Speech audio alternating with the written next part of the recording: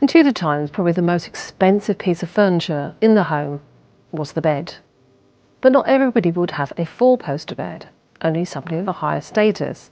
As we know in Tudor times, everything was about your status. The four-poster bed had 4 posts just so that they could put a canopy on the top. In those times, they didn't always have a ceiling, and therefore everything straight from the roof could drop down into the room below. You would not want something dropping on you in the middle of the night. The Tudor bed was normally quite high up as well, so that anything could crawl underneath it and not crawl onto the bed. This is also where you could put your truckle bed, so that you would have a spare bed underneath the main bed. The Lord and Lady of the Manor would not always sleep in the best bed.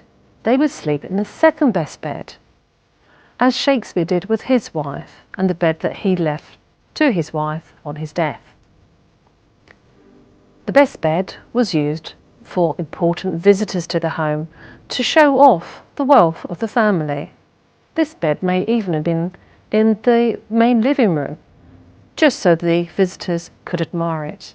So most Tudors, they would actually sleep on the floor. They would heat the hay, wrapped in just a blanket or their cloak, and maybe by the fire.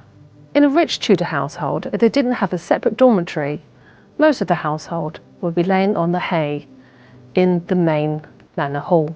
When people slept over, they may actually lie on some of the tables in the main hall if they hadn't been pushed to the side and packed away. This was called bed and board. Most Tudors would have red and green on their canopy bed and their curtains, because the Tudors were very superstitious, and red and green was seen to be lucky. Now the bedchamber was also where the lady of the manor would be confined for a month before she gave birth. All the windows and doors would be closed, and maybe the fire left on to smoke out the room. So the Tudors would sleep sitting up all night. This way the devil would not get into their mouth if it fell open.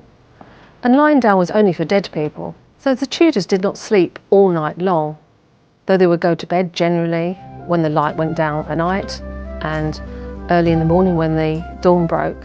In the middle of the night, they would get up, maybe for an hour or two. This is when the devil and the demons were about, so they wanted to be vigilant. They may read for an hour, or go and visit neighbours. Anything to fill an hour or two. Only girls would have pillows. The men felt this was not manly enough. They may even lay their head on a log. The mattress on the bed could be filled with anything. It could be straw, or wool, or rags. So the frame didn't have springs, as we know today. Instead, it would have ropes to support the mattress. But as the ropes would start to loosen over time, they would need to be tightened up on a regular basis. This is where we get the phrase, sleep tight. And don't let the bed bugs bite? Well, I think we know what that means. If anybody should die in the night, in the morning, all the candles would be put out round the bed. And this is where we get the phrase, snuffed out.